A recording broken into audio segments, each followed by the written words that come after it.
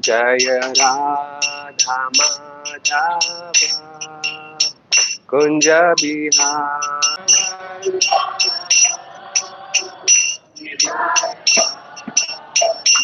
Jaya Gopi Jana Vallabha Girivaradhari. Jaya Gopi Jana Vallabha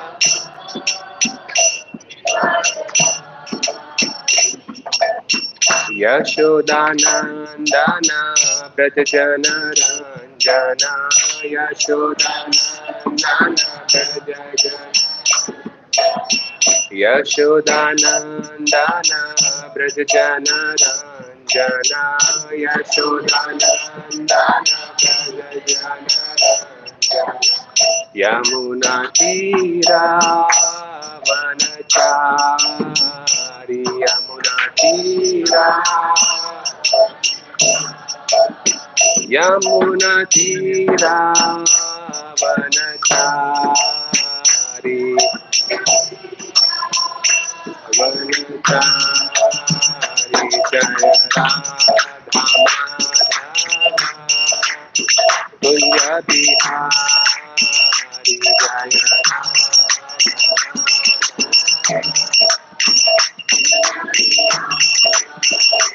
Jaya Radha Kunja Bihari.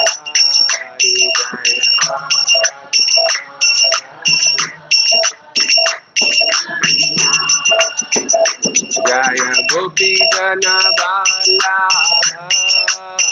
Girivaradhari. Jaya Gopi Jana Vallabha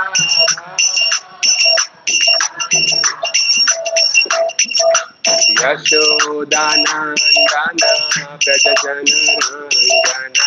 Yashodanandana Prajajana Ranjana. Yamuna Tira Vanachari. Yamuna Tira. Jaya Radha Madhava Kunja Bihari. Jaya Radha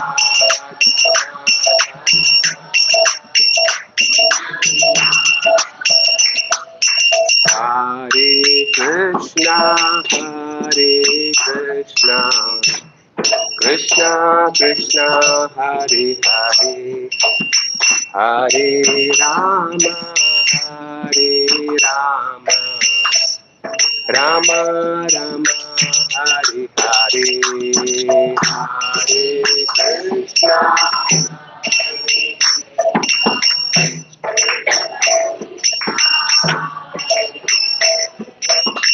Hare Rama Hare Rama Rama Rama Hare Hare. Hare Krishna Hare Krishna Krishna Krishna Hare Hare Hare Rama Hare Rama Rama Rama Hare Hare. Hare Krishna Krishna Krishna Hare Hare Hare Rama Hare Rama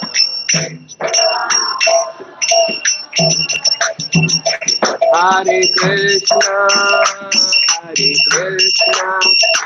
Krishna Krishna Hare Hare Hare Rama Rama Rama Hare Hare. Hare Krishna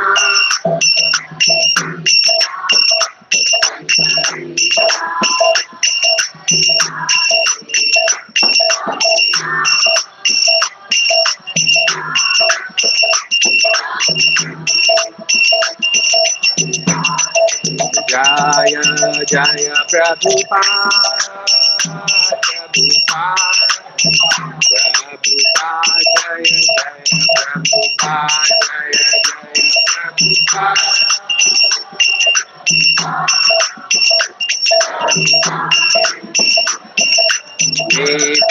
Gaura Hari Bol, Hari Bol, Hari Bol, Nitai Gaura Hari Bol, Nitai Gaura Hari Bol.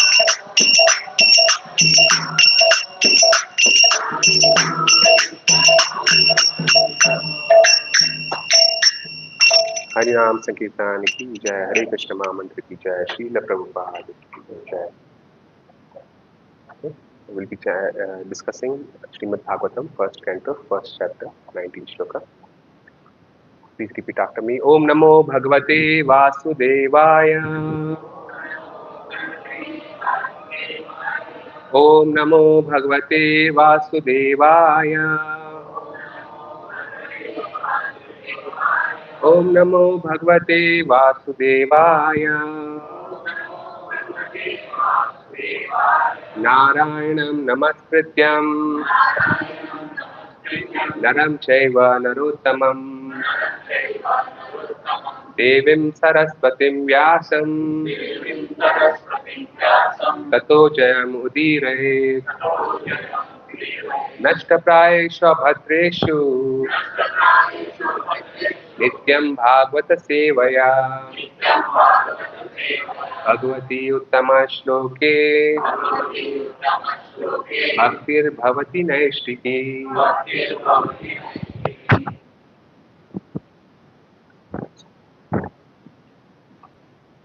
Okay, so we'll be chanting the verses now. Vayam. Sorry.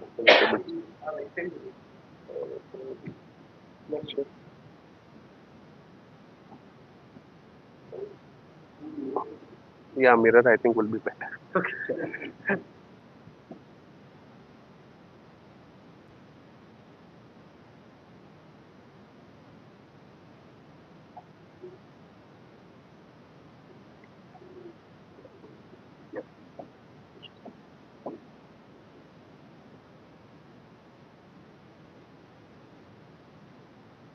Okay, everyone is able to see the shloka? Okay. Vayam tu na vitrapyama uttama shloka vikrame yat shranavatam rasajnanam swadu swadu pade pade. Vayam tu na vitrapyama uttama shloka vikrame yat shranavatam rasajnanam swadu swadu pade pade. Vayam tu na vitrapyama uttama shloka vikrame swadu swadu pade pade. Vayam tu na vitrapyama uttama shloka vikrame yat shranavatam rasajnanam swadu swadu pade pade. Devotees, Prabhu ji can recite shloka. Vayam tu na vitrapyama uttama shloka vikrame yat shranavatam rasajnanam swadu swadu pade pade. Anyone else? Vayam tu na vitrapyama uttama shloka vikrame yat shranavatam rasajnanam swadu swadu pade pade. Mataji. Vayam tu na vitrapyama uttama shloka vikrame yat shranavatam rasajnanam swadu swadu pade pade. वयं तु न विद्रप्यामः उत्तमश्लोकविक्रमे यच्छृण्वतां रसज्ञानाम् Sadhu Sadhu Vade Vade. What word, meaning, translation and purport by His Divine Grace A.C. Bhaktivedanta Swami Srila Prabhupada, Srila Prabhupada ki Jai. Vayam, we, to, but, na, not. Vitrapyamah shall be at rest. Uttama Shloka, the personality of Godhead who is glorified by transcendental prayer. Vikrame, adventures. Yat, which.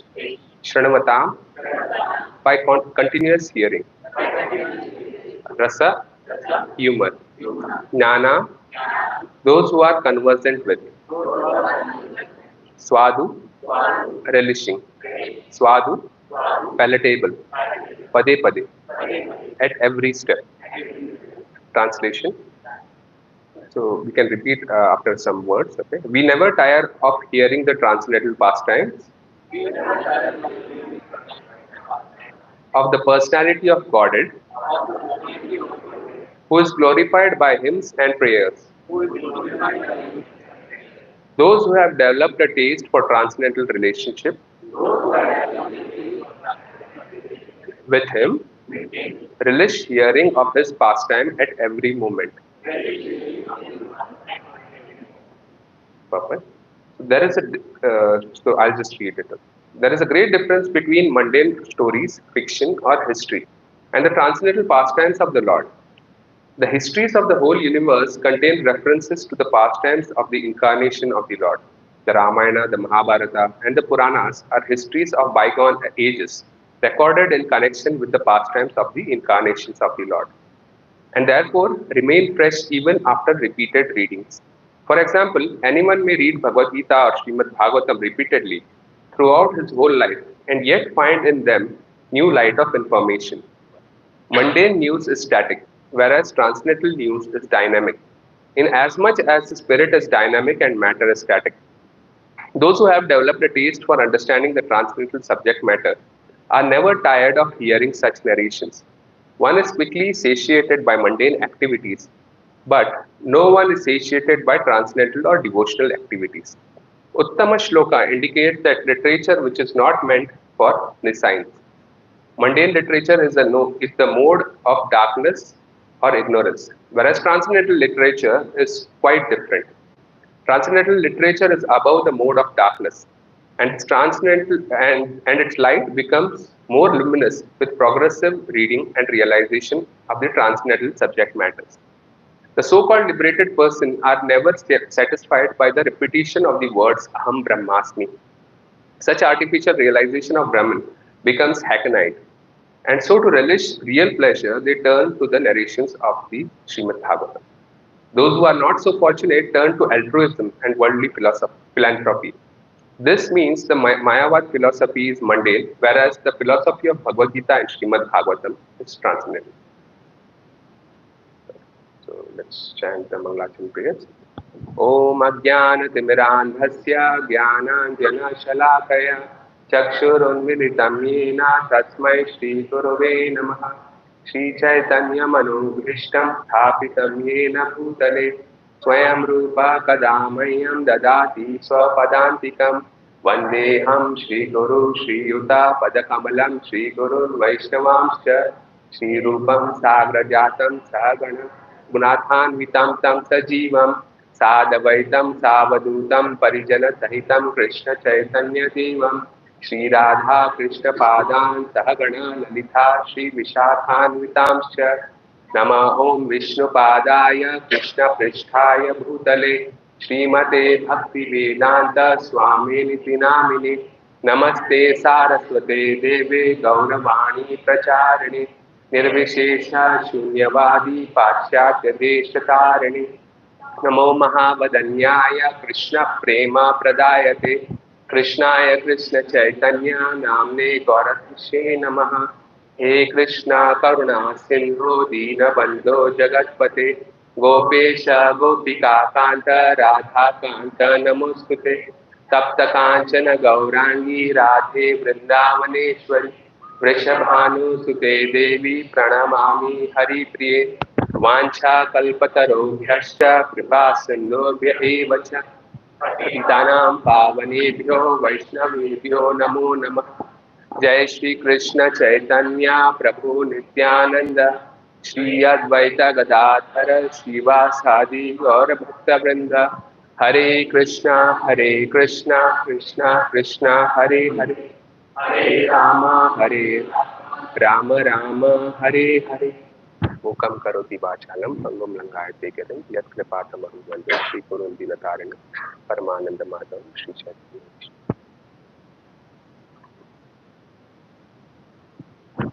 Hare Krishna. Welcome everyone once again for the Sunday Feast class. So first of all, I would like to thank Sabrish Prabhu, Kunal Prabhu for giving me an opportunity. I actually don't deserve this. And I just a disclaimer, okay, before I start. So anything that you like today in the class, it's all because of the Guru Parampara and the Acharyas and all the devotees who have actually given me mercy to give the class today. And whatever you don't understand, please take it that it's my fault, okay? I am not able to explain you properly. Okay, so we'll start. So we have in the 19th shloka, right? So Srimad Bhagavatam is basically a conversation. Everyone knows that. So we'll make it a little interactive so that this is more of Siddhanta, so it will become easier to understand. So Srimad Bhagavatam is basically conversation, right? Everyone agrees. So can you tell me the two conversations that are happening in Srimad Bhagavatam? Anyone can tell me? What are the two, between two people, right? Yes, and? Shaunak Rishi, right? Shaunak Adi Rishi. Okay, extra points, two more conversations that are happening. Who can tell? Yeah, Vidura and Maitreya, that is the right answer. And one that is previous to Shukdev Goswami. So you can think, yeah, Narad Muni and Vyasadeva is there, but how did Shukadev Goswami come into being? Yeah, exactly. Lord Shiva and Parvati, right? So this is the conversations that are happening in different times, right? So it started with Lord Shiva and Parvati. Then we had Maitri Rishi and Vidura. Then we had Sukdev Goswami and Parikshit Maharaj. And then eventually at the start of Kali Yuga, there is a conversation that is going on between Sut Goswami and Shaunak Adi Rishi. So to just give a brief, right, who is Sut Goswami? So at the start of Kali Yuga, all the, all the sages, right, they came together and they decided that they will perform a yagya for 1,000 years. What is the goal of doing that yagya? The goal of doing that yagya is to please the Lord and to help all the people in the age that is going to come, basically Kali Yuga, right? So to help all those people. So now, at that point of time, they had actually authorized one person called Roma Harshan Rishi.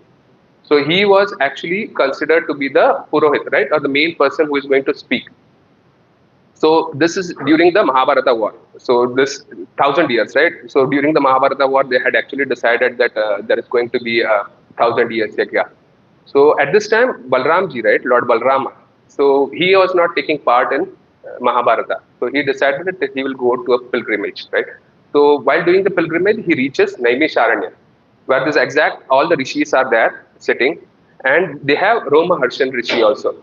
So what happens is when Roma Harshan Rishi, he is actually sitting on the Vyasasana, and when the Lord Balrama appears, right, when he enters the Sabha, he does not get up. Right? So ideally, a person who is sitting on the Vyasasana is not supposed to get up if anyone comes, except when the Supreme Lord comes or if the Guru comes. Right? If the person's Guru comes or the Supreme Lord comes, then the person is supposed to get up immediately. So you have seen this example, right? Even in the story of Indra, right? During the Bali Maharaj war. So before Bali Maharaj actually attacked, it was like Indra, he was sitting in the Sabha, and when Brihaspati, the Rishi Brihaspati, who is the Rishi or Guru of all the Devatas, right? He came. And Indra knew that he had come, his Guru has come, but he kind of ignored it. And then this Brihaspati, right, the Rishi, he actually noticed that there is a breach of etiquette. And he felt a little, offended. So he immediately left.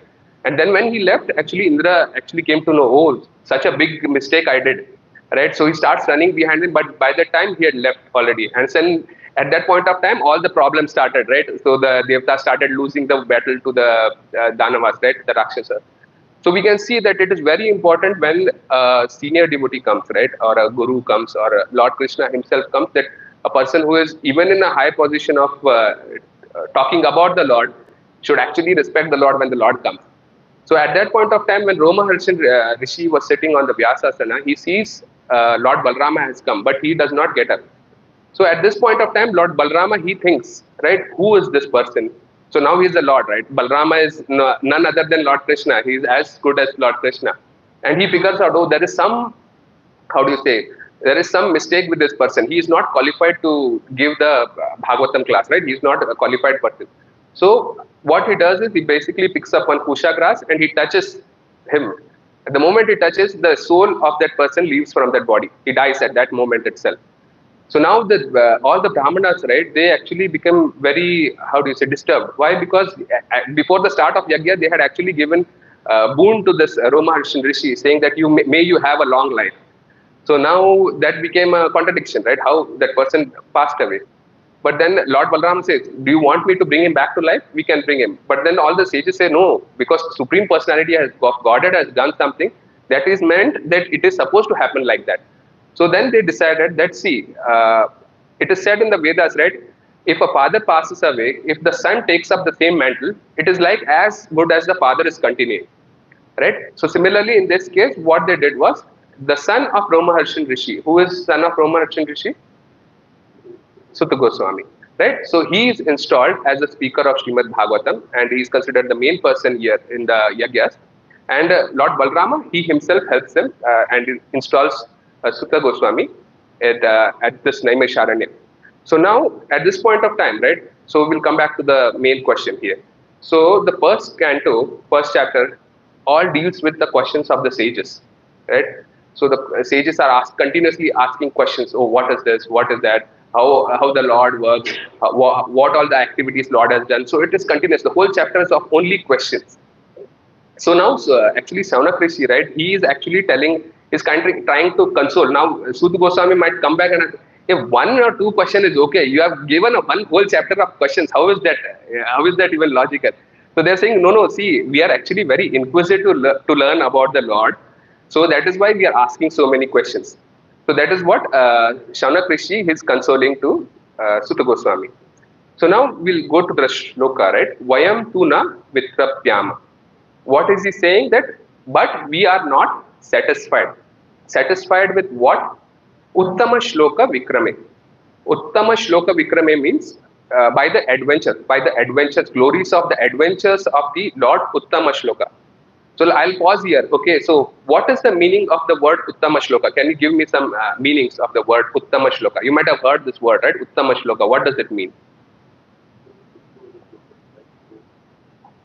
Yeah, he is the supreme among the shlokas. Yes, actually, some of the answers is the Sadhu Sevan Prabhuji gave me. So I am actually kind of trying to make sure that everyone remembers.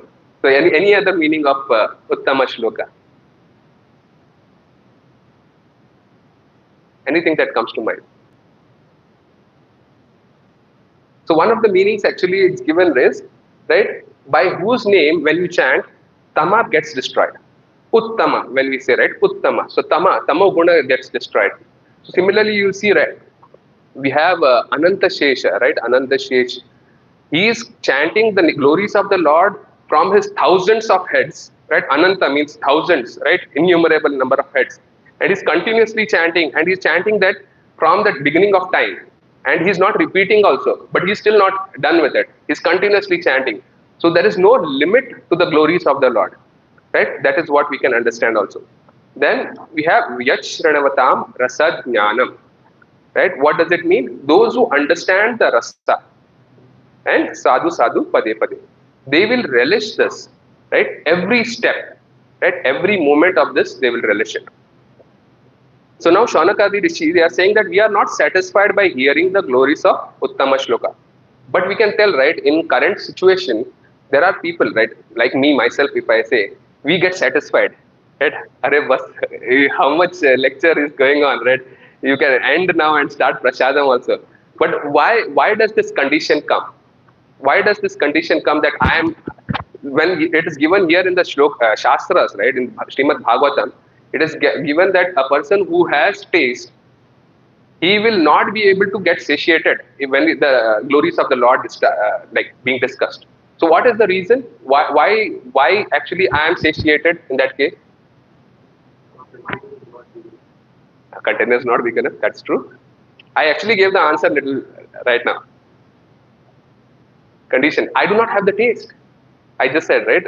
A person who has the taste, he will be able to listen to the glories of the Lord continuously without any pause, right? Ahetuki apratihata, without any interruption.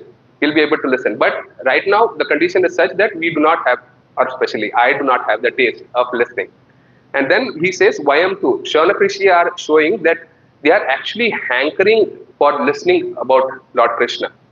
So we just now came to know, right? Shaunakrishi and all the sages, they had done how many years of yajna? 1,000 years of yajna.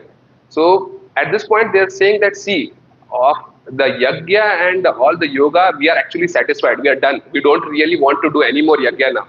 What we want is basically to hear about the Lord, because those part we are actually we are satisfied with what we have heard, what we have done basically on the yajna. But the glories of the Lord, we are not satisfied of hearing. So now, actually, one more question I'll ask you guys, right? So, how can we feel happiness in listening to Lord's glories? Or, I'll put it in other words, what is the key requirement that is needed so that when you hear the Lord's glories, right, you'll start feeling happy? What is the key requirement? Close. Very close. So, yeah. Yes. So actually, what is required is purity of heart, right? So if you start listening, right? So sometimes it happens, right? When you start listening to lectures, you are so involved in that lecture, you don't want to stop before it ends, right? You just want to listen the whole lecture. So when you get into that state, right, it means that you are actually having the taste of of listening to the glories of the Lord, right? So this whole shloka is actually about hearing. Why hearing is so important? Hearing the glories of the Lord. Why is it so important? So it means your tamoguna. So when you have that feeling that, oh, now I want to listen to the lecture of Srila Prabhupada or any senior devotee or any devotee, right? That means your heart, right, is getting purified, right? And your tamoguna, rajoguna is all coming down. But if you are sitting in the lecture and thinking, well, oh, when is the prasad going to start? Damn, I came on Sunday. I could have watched a movie, two couple of hours, one movie I would have finished. That means the Rajoguna and Tamoguna is still there, right? Means the purification has not still happened. It's still in process, right? So we have to understand that. Right. One more thing. So now, if we are in an assembly, so right now we are in an assembly of devotees, right? So tell me this: how many people are actually required to discuss about the Lord? Two, right? So even when we are doing prajalpa or when we are gossiping about anyone, how many people are required? Just one is enough, right? As in one person is telling, one person is listening. So similarly, when we are talking about the glories of the Lord, right? Only one person is required. So now two people are there. Both of them can open Srimad Bhagavatam, start reading from the Bhagavatam. Each of us can describe what their realizations are, depending on the shloka. So just two people are enough. So when we say here, right, Uttama Shloka, right? Uttama Shloka means when we hear about the Lord, Tamaguna is destroyed, right? When you hear about the Lord, Tamaguna is destroyed. So once the Tamaguna is destroyed, we are actually able to understand Lord more. So that is kind of a cycle. We'll actually learn about this more ahead, right? So one beautiful statement actually, I was listening to one of the lectures, so Prabhuji was mentioning, see, water at 99 degrees, right, does not know that 1 degree increase and it will become steam, right? Water at 99 degrees. So understand this. It's a basic science principle, right? 100 degrees, water becomes steam, right? But for the water to go from 99 degrees to 100 degrees, it requires a specific amount of energy, right? It's the most amount of energy required. So 1 to 99 it will reach easily, but 99 to 100 it takes a lot of time because the whole state changes of water. It becomes from water to liquid to gas, right? So similarly, we are in such a condition. We are actually in a human form of life. We are in association of devotees, right? We have Srimad Bhagavatam, we have Harina, right? If we do a little bit of tapasya, within this lifetime, we can go back to God. This guarantee I'm not giving. This guarantee actually Srila Prabhupada is giving, right? If you just do all, and what is that tapasya? Can anyone tell me what is this tapasya that we always talk? We just had Gaur Purnima. I don't think we had any tapasya. We were enjoying the whole day, right? So what is the tapasya that we are talking about here? Chanting of the holy names, reading Srimad Bhagavatam, for following the four regulative principles, right? That is the only tapasya that we are talking about. If you do this sincerely, right, then within this lifetime you have opportunity to go back to Godhead, right? So now that's why it is actually given very much importance on about hearing of Srimad Bhagavatam. That's why it is given. See, once you hear, right, actually one nice this thing uh, anecdote. So a person who is sleeping, right? So without touching him, how can you wake him up? Yeah. So calling him out, right? Even if you put him a gulab jamun in front, right? He will, or something that smells very nice, he will not be active, right? Because that sense of smell is sleeping when you are sleeping. But only one indriya sense that is active, that is ears, right? So only when you hear, you will actually, how do you say, come out of slumber. So similarly, we have to understand that it is so important to hear Srimad Bhagavatam continuously, especially from the senior devotees or Srila Prabhupada, right? So that the purification of heart happens. So now one can be satisfied. So actually, I'll ask one more question. I'll keep this question answered only. So there are so many stutis given in Srimad Bhagavatam, right? Can you name some stutis? So I just wanted to make this a point as Srimad Bhagavatam shlokas, right? When you chant it, right, in association of devotees, even when you are alone at home, you'll really enjoy it. When you listen something, you go home, you repeat it, you sing it, right? You will enjoy it, right? So there are so many stutis in Srimad Bhagavatam done by different devotees. Can some devotees name some stutis that are given in Srimad Bhagavatam? What are the stutis? Gajendra, yes. Kunti Maharani, Bhishma Stuti. Yeah, Gajendra. One beautiful stuti that we sing during Kartik Mas. Damodara Shtakam is not there in the Srimad Bhagavatam, but what do we sing? What other thing we sing from 10th canto? Gopi Geet, right? So beautiful stutis that are given. When you hear it, right, continuously, you will feel more happiness. You don't have to somebody to tell you, you will feel happy. You start reading it, you start chanting it, start singing it, right? You will start feeling that happiness. Okay, so this is about the spiritual part, right? So the material things, why does it not give you happiness, right? So the whole, how do you say, the value of material things, right, is it will give you happiness for a certain amount of time, and then after that it will become stale. So even if you see, right, if you are, how do you say, gossiping, right? After gossiping for a certain amount of time, after that you will say, "Arey, chodo na, kya karna hai? Jane do." Right? So that is how the attitude is. All material things, right, will give you a pleasure for a certain amount of time. After that, you will feel bored. That is the nature of material things. So we have to understand that what is material. So Srila Prabhupada, he actually speaks about it in the purport, right? So there is a vast difference between mundane and the spiritual things. So now here Shaunak Rishi, right, here they are actually explaining this, that they are inspiring Sutta Goswami that please, we are actually having the taste, so you please don't stop. You keep on continuing, right? So one beautiful example, actually, even in Kali Yuga, we see this, right? Especially I had seen this when during the younger days, right? We used to go to classes of His Holiness Radha Govind Goswami Maharaj, and Radha Govind Goswami Maharaj's lecture used to be for 8 hours. Okay, so it used to be like, so you have your breakfast in the morning, and then it goes on, right? If people want a break for prasadam, you get, otherwise the lecture goes on till evening, right? So that, but the thing is, the most interesting part is no one used to get up, right? When the katha starts, the people who used to sit, they used to sit for the whole katha. You didn't feel like that, right? You didn't feel like getting up at all. So that's why we have seen this, right? Even in Kali Yuga, when we are in association of great devotees, right, great acharyas, you will feel that bliss of hearing Srimad Bhagavatam. Okay, so now we'll discuss 3 things. Okay, so these 3 things, actually I had taken it from one of the Bhakti Vaibhav classes, so please forgive me if I'm, Sadhu Semprabhu, please forgive me if I'm quoting it wrong, okay. So now, basically, there are only 3 conditions when a person will say, I am done, I am satisfied. Okay, what are those 3 conditions? First condition is So this example we are taking it on basis of prasadam, right? But it can be applied to everything else also. Okay. So say for example you are having prasadam. Okay. What is the first condition when you say I am done? Right. The first condition is when your stomach is full. Right. When your actual stomach is full, you say, okay, I am done. I don't want anything anymore. So if, especially if you have someone like His Grace Sadhu Sevan Prabhuji serving you, you will definitely say that I am done. That I actually heard Prabhuji once saying that Prabhuji was actually someone, some other devotee was asking Prabhuji, Prabhuji, can I get you something? So Prabhuji was saying that Prabhuji, मुझे एक और पेड़ दे दीजिए. एक ये पेड़ तो भर चुका है अभी और एक और पेड़ दे दीजिए बस. Give me another stomach. Right. So this is how the condition of stomach is. So once you fill it, it's over, done. Okay, so this is the first state. What is the second state? Hunger is there, but what is being served is not to your taste. Okay, so this example you can understand more like this. So when you go to foreign countries, right? I had gone to US for some time.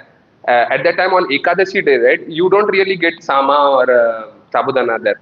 So you get something called quinoa or something like that, right? Something different. So I am hungry, right? But I don't really like it because I do not have the taste, right? Because I'm an Indian, I have a special palate that is only applicable to Indian food, right? So I'll have it once, but the second time when they'll come to serve, right, I'll say, no, I'm done actually. I mean, you can serve the other devotees. Actually, and the other devotees, they will happily eat, right? Happily honor the prasadam because they have that taste. So this is the second condition. What was the first condition? When we say it is in when it's full. What is the second condition?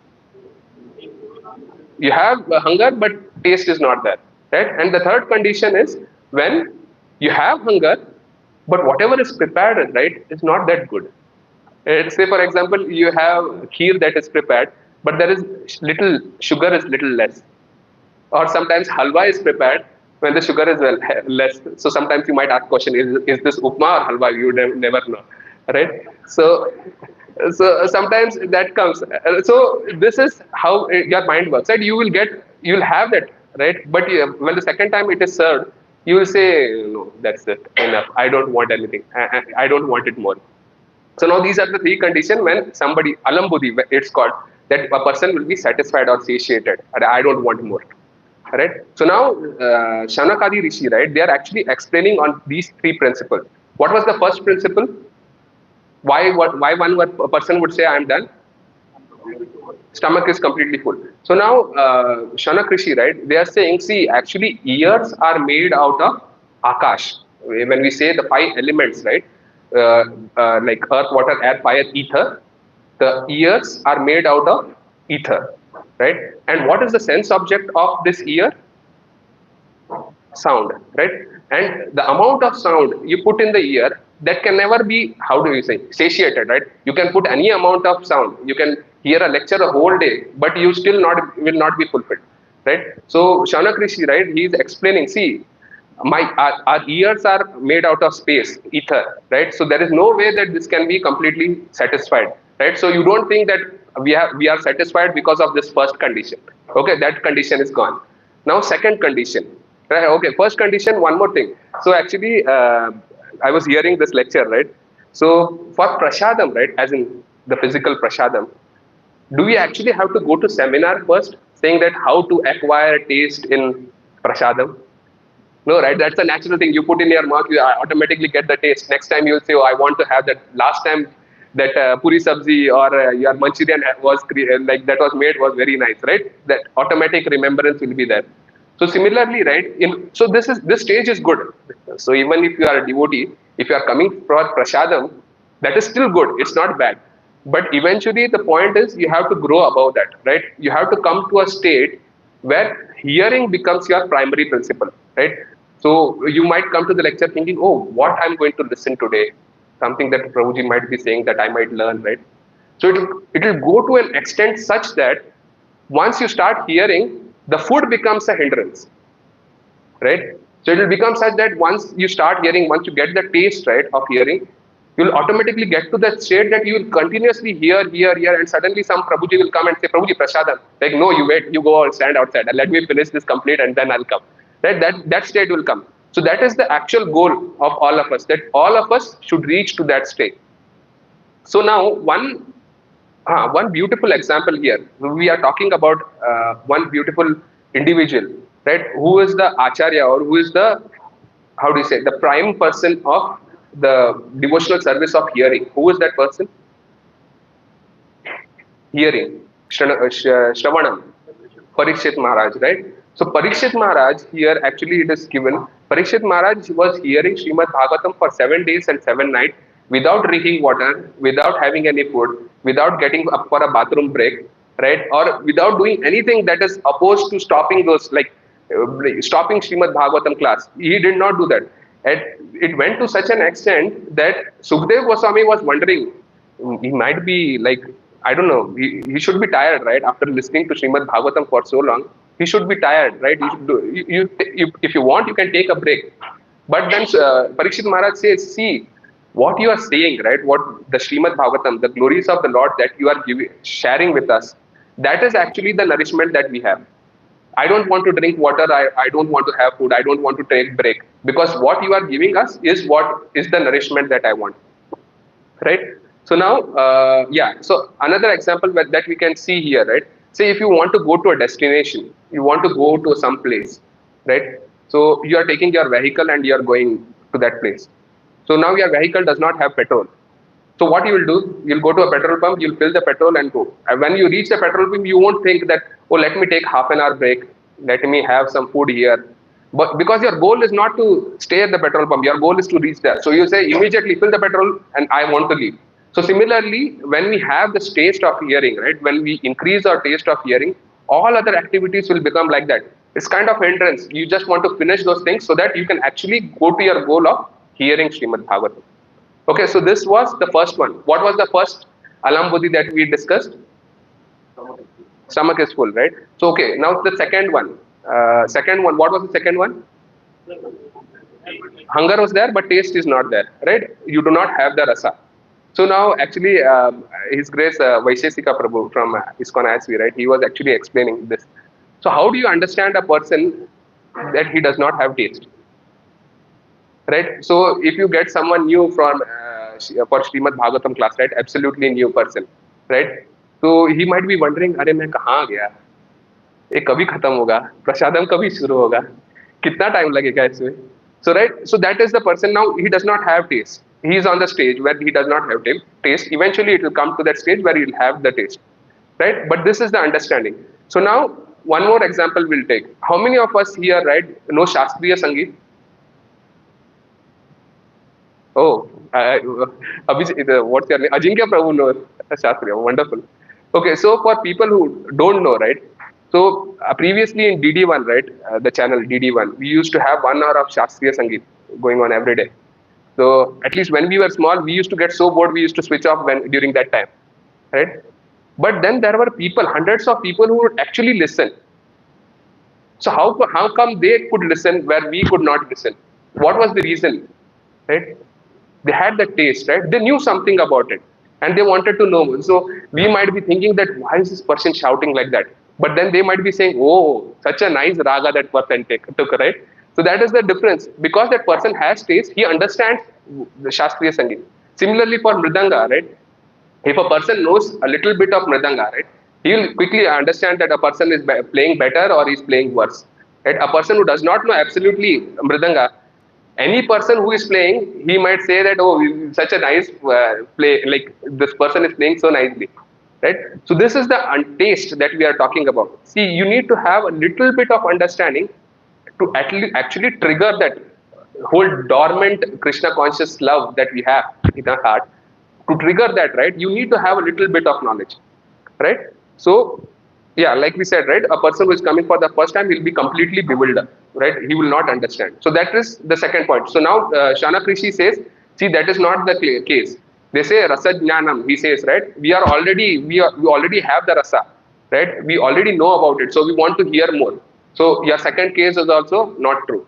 Okay, what was the third case? It's not that good, right? So in this case, right, if you understand this, see, you have a lower taste and you have a higher taste. Say, for example, you are being served halwa, but you have an option if you want to take halwa or you want to take gulab jamun. So what would Harish Prabhu take? Halwa. Okay. Both you take. So ideally, you have one a lower taste and one higher taste, right? So eventually, if you get a higher taste, you will leaving the lower taste is easy, right? Similarly, if you have like malpua or you have a rasgulla, right? Ideally. So ideally, what I'm trying to explain is basically there is always a higher taste and a lower taste, and when you have an option, it is easier to pick up the higher taste than to leave the lower taste. You will not feel that pain in leaving the lower taste when you are getting the higher taste. Similarly, the glories of the Lord, right, Supreme Lord, they are the highest taste. There is nothing above that, right? So there is no chance of you feeling that, oh, when I'm hearing the glories of the Lord, I wish I could have heard that. That chance will never come. And not only that, that this is the highest taste, it is Anandam Buddhi Vardhanam. What does that mean? Keeps on increasing, right? After time, right, when you're hearing about the Lord, it's not like after hearing for an hour, you'll feel like it's done. Right? Next day, you will feel like let's hear for 1.5 hours. Right? Let's hear more. Let's hear more. Let's hear more. That will keep on increasing, right? So these are the three steps that are actually given. So Shanak Rishi, right? If Suta Goswami comes and says that, see, these are the three conditions for by which you will feel satiated, right? Shanak Rishi is explaining this right away. That see, we are not full, right? Because ears are made up of Akash Tattva, so it can never be full. Second, we already have the taste, right? So it's not like that we don't have taste and we'll get bored. So you give us more, we'll take more, right? And thirdly, there is no limit, right? There's no, so for limit, right? The one example that we give, actually, Srila Prabhupada, Puna Puna Charvita Charvananam, we hear this part, right? So Srila Prabhupada, he says this, so the way a sugarcane is put into that machine, right, to get the juice, right? You'll put that sugarcane once, then you'll put it second time, you'll put it third time, you'll put it fourth time, fifth time, sixth time. By that time, there will be no more juice left. There will be drops, and by the end, there will be no juice at all. So this is the condition of material happiness. So it will keep on diminishing after some time. But the spiritual happiness, it will keep on increasing. You hear more, you chant more, you'll feel like hearing more, chanting more, right? So that is the advantage of doing spiritual activities, right? The more the heart gets pure, and the more you'll get the taste. So one thing Srila Prabhupada again explains. So this is about our condition in this material world. Okay, so our condition right now is like a person having fever. So when you have fever, will you feel any taste of even the nicest food that is given to you? Will you feel the taste? No, right? When will you feel the taste? When you start feeling the taste? When the fever reduces, right? So similarly, in our condition, all of us are in such a conditional state that we don't have the taste, right? So when that conditioning comes down, that is when we'll actually start having the taste of hearing Srimad Bhagavatam. The second example that Srila Prabhupada gives at most places, right, is that of jaundice, right? Everyone heard about this example. So when a jaundiced person is actually given sugarcane juice, right, how will he feel? He'll feel it as bitter. But for that person, the cure and the understanding that you are getting cured is both the same. If you keep on having the sugarcane juice, right, you'll get cured, and you'll also come to know that you are getting cured. How? That you will start feeling the taste of that sugarcane juice, right? So you'll start feeling that to be sweet. So similarly, reading of Srimad Bhagavatam or hearing the glories of the Lord, it's the same way. How will you come to know that you are actually relishing? You'll get more the taste, right? So once you start hearing about the Lord, right, you'll start getting more and more and more. The taste will start increasing. That's when you understand, oh, I'm actually relishing it, right? And my heart is getting purified, right? So now it becomes a so now this one important actually, Sadhusevan Prabhuji only told me this. So this becomes a cycle, okay? So how is this cycle? So once we start reading Srimad Bhagavatam, what happens? Our heart gets purified. So once our heart gets purified, what happens? Our love to Krishna becomes starts increasing. And now once our love to Krishna starts increasing, what will happen? Basically, you would like to hear more. So this is a cycle. Then it becomes a cycle. It keeps on going. So that's an automatic process, right? It keeps on increasing. Okay. So now let's go to the translation. We'll just read Srila Prabhupada's translation. Okay. We never tire of hearing the transcendental pastimes of the personality of Godhead, who is glorified by hymns and prayers. Those who have developed a taste of transcendental relationship with him relish hearing the pastimes at every moment. So now you will understand this, right? This taste, when we are talking about, right, that taste itself is Krishna, right? So when we say we are acquiring taste towards Krishna, is we are actually acquiring Krishna. We are actually getting Krishna in our heart, right? That's why it keeps on increasing, right? So we have to understand that. Okay, so one thing, one question. Okay, so what is the goal of reading all Srimad Bhagavatam and Bhagavad Gita? What is the goal? What could be the goal? Develop love, right? So, but developing the love is itself not a goal, because once you develop a love, what will happen next? You want to hear more, right? So that does not become the goal. It keeps on increasing, right? I'm just trying to make a point that when you start hearing, you'll say your heart is getting purified. You get an opportunity to go back home, back to Godhead. But once you go back home, back to Godhead, it's not the end there, right? It's just the beginning. That what will you do there? You'll still do the same thing. You'll read Srimad Bhagavatam. You'll associate with devotees. You'll associate with the Lord, right? That's the same thing that you're going to do when you go back home, back to Godhead, right? So the condition for us should become such that, like we are a fish in water. So if a fish is taken out of water, right, it is given gulab jamun, it is given rasgulla, it is been put in a nice bed, will that fish be happy? No, right? What is the natural state? What is the happiest state for a fish? To be in water. So similarly for us, right, eventually it will come to a state that we only when we are hearing about the Lord, right, that is when we'll be happy, right? Anything else that will that we hear will just think, oh, it's just nonsense, right? So one beautiful thing again, His Holiness Radha Govind Goswami Maharaj, right, he was asked by some person, right, he is saying that क्या तुम लोग कृष्ण कृष्ण करते रहते हो पूरा दिन, तुम लोग बोर नहीं हो जाते हो? Don't you get bored about just talking about Krishna, Krishna, Krishna the whole day? So now His Holiness Radha Govind Goswami Maharaj, right, he gave a very amazing answer. He asked that person, how old are you? Like say 30 years, right? So don't you get bored of breathing every day? Don't you think that, oh, I have breathed like every day for last 30 years. Today I'll take a break. Okay, I don't want to breathe today. That condition does not come, right? So how can you say that Srimad Bhagavatam, reading Srimad Bhagavatam, let's take a break for Krishna is the life of all the devotees. It cannot be different, right? So that's how he was explaining.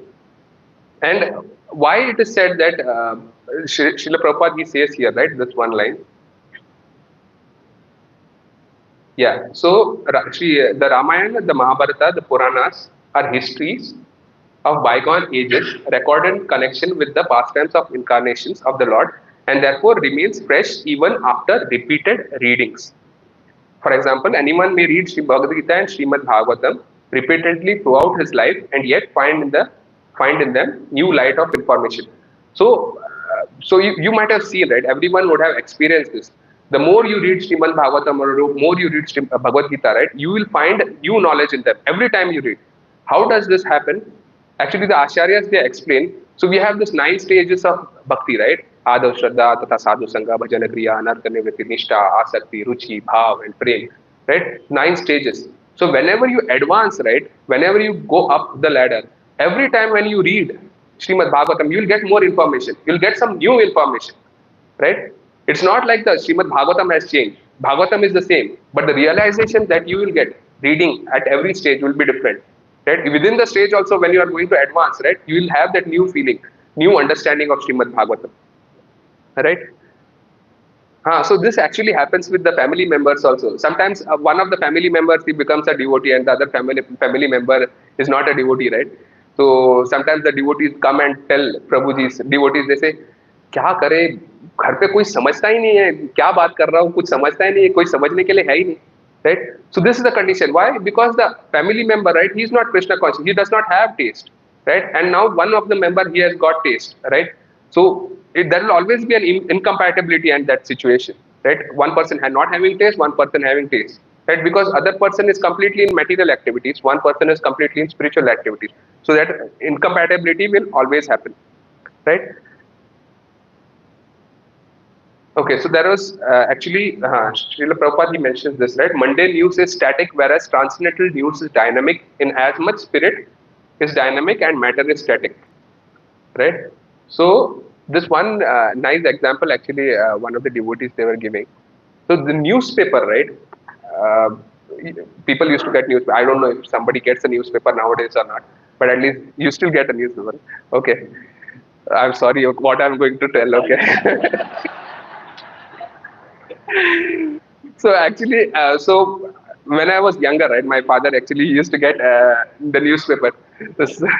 So the way the newspaper, that person, right, who used to deliver the newspaper was, so yeah, he'll just throw it, right? So we used to stay in the fifth floor. So the person used to get out of the lift, he'll just throw one right, one left, and then he'll get it, right? And he used to throw it in a way. We used to have dustbins also there, right?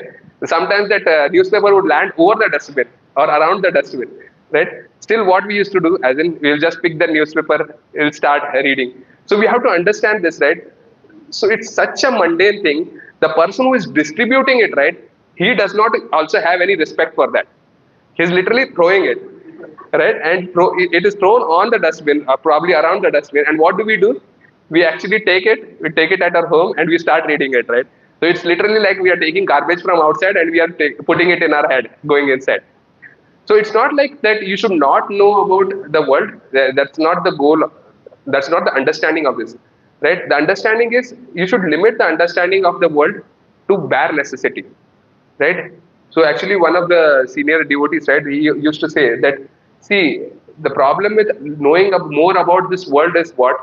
You'll get entangled into it. The more we have this hankering of knowing about the world, right? Arey, idhar kya chal raha hai, udhar kya chal raha hai, Palestine mein kya chal raha hai, Ukraine mein kya chal raha hai. The more we have that hankering, the more the chances are you'll get entangled in the cycle of birth and death, and the more chances you have to take birth again, right? So we should always limit our understanding of this material world to the bare necessity. Should not have it more, right? Okay, so now so this I had actually asked in yesterday's Bhakti Vriksha, so please don't answer who are in the Bhakti Vriksha yesterday. So we talked about when we hear Srimad Bhagavatam, right, our heart gets purified, right? So now who is doing that purification of heart? Correct. The Paramatma sitting in the heart, right? He is the one who is actually purifying, because we do not have the capacity, right? Where Sri Chaitanya Mahaprabhu, he tells in the first shloka, what does he say? Cheto darpana marjanam bhava mahadavagni nirvapanam shreya kairava chandrika vitaranam vidya vadu jivanam anandambudi vardhanam pratipadam purnamrita swadanam sarvatma snapanam param vijayate Sri Krishna sankirtanam. When you are chanting the holy names of the Lord, when you are hearing about the Lord, right, that is what will please the Lord in your heart. The Lord who is in your heart, right, he will see actually that, oh, my devotee is taking so much effort to hear, right? He is taking so much effort to chant. So he is the one who will actually start cleaning your heart, right? He'll give you the actual understanding of who you are, right? Only he can give. You cannot do it by your strength, right? Only Lord Krishna can do. Actually, one of the points yesterday, I think Lakshmi Mataji told that Nitai Sevani Mataji's lecture, Lord Krishna is like our plumber, right? He actually goes and does all the cleaning, all the hard part he does, right? We only have to take the effort of doing the activities that he has told to do. We just have to do that much effort. Lord Krishna does all the difficult part, right? We just have to do that. Okay, and so this line, those who have developed a taste for understanding the transcendental subject matters are never tired of hearing such narration. One is quickly satiated by mundane activities, but no one is satiated by transcendental or devotional activity. Okay, those who develop a taste of understanding transcendental subject matter. What does this mean? Does this mean that we already have a taste of transcendental subject matter? No. Why? Because you are developing the taste, right? If the statement says those who have developed a taste, means that there was an effort required, right? That you had to develop a taste. Only then, right, you will relish Srimad Bhagavatam. So in that meaning is basically by certain sadhana, right? If you do a daily practices, you can actually develop that taste. There is chance. See, normal condition. At least I am talking about myself. I do not have the taste of reading unless I'm forced to read. Okay, like when everyone says, right, okay, now we have to prepare for lectures, right? We have so many things, right? We start reading. We actually read every day, but the thing becomes more focused or more intense when we actually come to know that there is a deadline to meet. right? But that should not be the case. The case should be for everyone to read every day, right? When we do it gradually and when we do it daily, right? That is when the love of the Lord automatically manifests in the heart. Okay, so now the last line, right? So mundane transcendental literature is about the mode of darkness, and its light becomes more luminous with the progressive reading and realization of transcendental subject matter. The so-called liberated persons are never satisfied by the repetition of the word Aham Brahmasmi. So the word Aham Brahmasmi, what does it mean? Anyone? What does the word Aham Brahmasmi mean? Correct. I am not this body, I am the soul, right? That's basically the statement that everyone, I am not this body, I am the soul. So, and some people also say this, right? I am stuck in Maya, right? This you might have heard from a lot of people, I am stuck in Maya, right? But just because you are saying those things does not get you out of it. You are understanding the difference?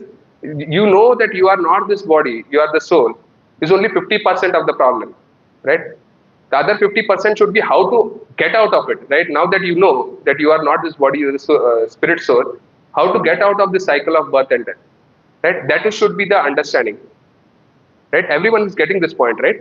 So that is why when we say, right, knowing that Aham Brahmasmi, I am not this body, I am the spirit soul, is half the part, right? And the other half part is when you start reading about Srimad Bhagavatam, start knowing about the Lord, right? Start learning about the Lord. So that is the rest of the half of the part. So this explanation of Aham Brahmasmi is given like this. So if you are in a dark room, right, in the night, if you keep saying, I am in a dark room, I am in a dark room, I am in a dark room, would that help? No. So what is the solution for you? You turn on the light, right? Switch on the light, or you wait for the sun to come up, right? That's the only way the darkness goes away. So knowing that you are the spirit soul and you are not the body is only half the knowledge. But you have to, after understanding that, you need to know what is required for the spirit soul, right, to advance. Okay, so the last part, we'll just discuss this and we'll end. Okay, so the last part where Srila Prabhupada says, right, such artificial realization of Brahman becomes hackneyed, and so to relish real pleasure, they turn to the narrations of the Srimad Bhagavatam. Those who are not so fortunate turn to altruism and worldly philanthropy. This means the Mayavad philosophy is mundane, whereas the philosophy of Bhagavad Gita and Srimad Bhagavatam is transcendental. So basically, who are not getting that enjoyment out of saying I am Aham Brahmasmi, I am the spirit soul, right? They will eventually get into altruism, right? Some philanthropic activities, right? They'll start doing all those things because they have not again moved to Srimad Bhagavatam or relished that Srimad Bhagavatam yet, right? And so one more this thing. So see, you'll understand this by the simple example. See, all transcendental activities, right, has certain amount of happiness. If you see here, I am not paid to come here to give lecture. I hope nobody is paid here to hear my lecture also, right? So, but we are still coming, right? All of us are coming because we have certain amount of taste, right? We have heard something about the Lord. We want to know about the Lord. That's why we still have come. Now think about it in material activities, right? Material study. Say, for example, a student who is studying some subject matter right now. If the student is gone, like some person goes and tells, see what you are studying right now, you will not be able to earn money out of it. Will you study that subject? If a teacher, right, if a teacher is come, like a mundane, like a teacher from the school, he is told that you have to teach, but we will not pay you for teaching. Will that person teach? So we have to understand all these mundane activities, right? They are done because there is a certain amount of benefit that you are getting out of it, of a material benefit. But you have to understand, it is important. See, everyone has to live their lives, right? They have to work, right? Everyone has to work. But we have to understand that, right? All this work is not going to give you happiness in the end. Happiness you will get only when you do, like when you are involved in transcendental activities, like reading Srimad Bhagavatam or hearing lectures or chanting of the holy names, taking part of kirtan. Only in those activities is where you will actually get happiness. Why you will get actual happiness only in that? Because our soul is transcendental, right? Soul is made up. What is the nature of the soul? Sachit Ananda. That Sachit Ananda is same as the super soul or the supreme Lord, right? We are of the quality of Satchidananda. So whatever activities that we do in connection with the Lord, is the thing that will give us happiness. No other things can give us happiness, right? So actually, one funny incident, and I'll probably end it with that. So again, His Holiness Radha Govind Goswami Maharaj, right? So one of the person, he used to come to the lecture, and the moment the lecture starts, right, the person used to go to sleep. Right now, His Holiness Radha Govind Goswami Maharaj said, अरे कम से कम शुरू में तो मत सो, मतलब थोड़ी देर के बाद सोते फिर भी समझ में आता है, लेकिन आप शुरू होते, then that person is saying actually, see, the thing is, देखिए महाराज जी, एक्चुअली हमें जो मन की शांति है वो यहीं पे मिलती है, मतलब नींद अच्छी यहीं पे आती है. So that is the truth. If you see, right, in the real world, if you see, any material knowledge or any material discussion will only give you fear, right, anxiety, and more or attachment. Only in spiritual activities is when you'll have that peace of mind. Right? In fact, my actual aunt is there, so she's still there. She stays in Karwa. She used to tell my mom, right? So my mom made her, like, forced her to chant, start chanting. So now at least she chants, I think, few rounds. But she used to say that I start chanting when I'm going to sleep, because without chanting I don't get sleep. The moment I start chanting, I'll go to sleep. So that is how you can see, right? Even material.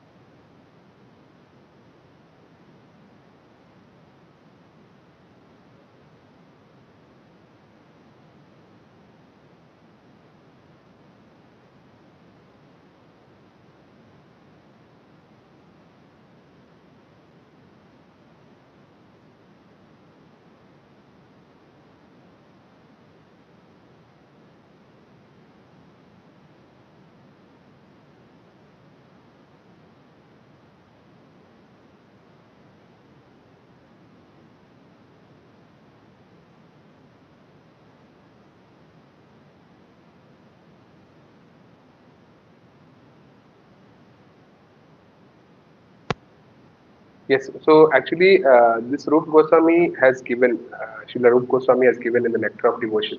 So there are do's and don'ts in our spiritual activities. Basically, whenever we start a spiritual activity, so I hope everyone knows here what are the do's. Probably someone can think what are the do's that we should do in devotional activity. Get up early, chant, right? Some of the do's, right? So especially in Kali Yuga, lot of emphasis is given in chanting. So you might be doing a lot of nonsense things, but you start chanting. If you get the taste in chanting, right? All other things, like we mentioned one line here, right?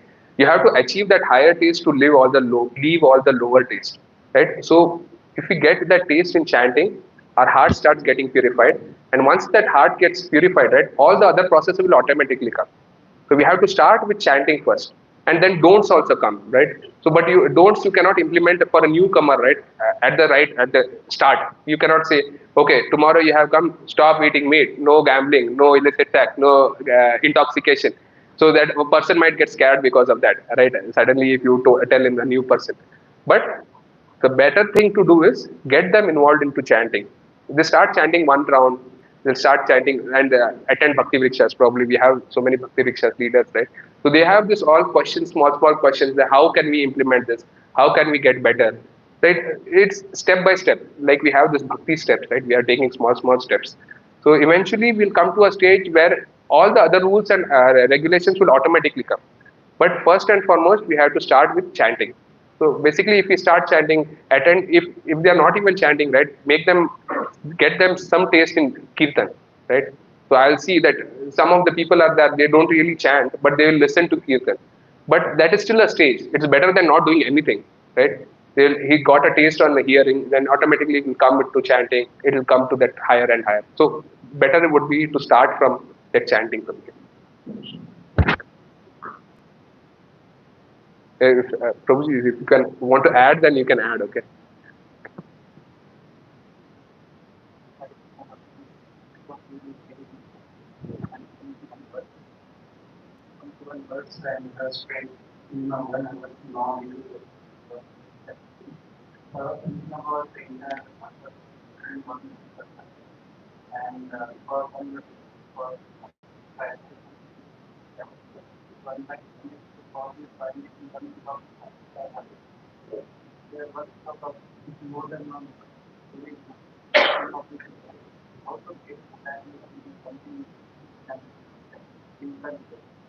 Correct. Correct. Yes. Yeah, Bhagavatam is 18,000 shlokas. So I don't know how, when we calculated how many days it comes out. How many years actually? How many? Oh, definitely 2 plus years. It will be like 80,000 shlokas, right? So it will be like 365 days a year. So I don't know how much it will come out. But yeah, Prabhuji, I know it sounds very difficult at the start, right? But this is again the taste that we are talking about, right? My question is something like how can the person who hears something about annual oh, you will get. See, I definitely know. At least we have devotees who have given lecture on each of the shlokas. You will find some. Yes, first you will find Srila Prabhupada lectures, right? You will have all the important shloka that Srila Prabhupada has given lectures. Then you will have some like the lectures where Srila Prabhupada shlokas that were lectures Srila Prabhupada. So you'll find senior devotees giving those lectures also. So if you try to find, right, even you can achieve a lot. That's what everyone says, right? Definitely we have lectures, Prabhuji. It's not like we don't have lectures on each and every shloka of Srimad Bhagavatam. Definitely we have. And it's more about like we have that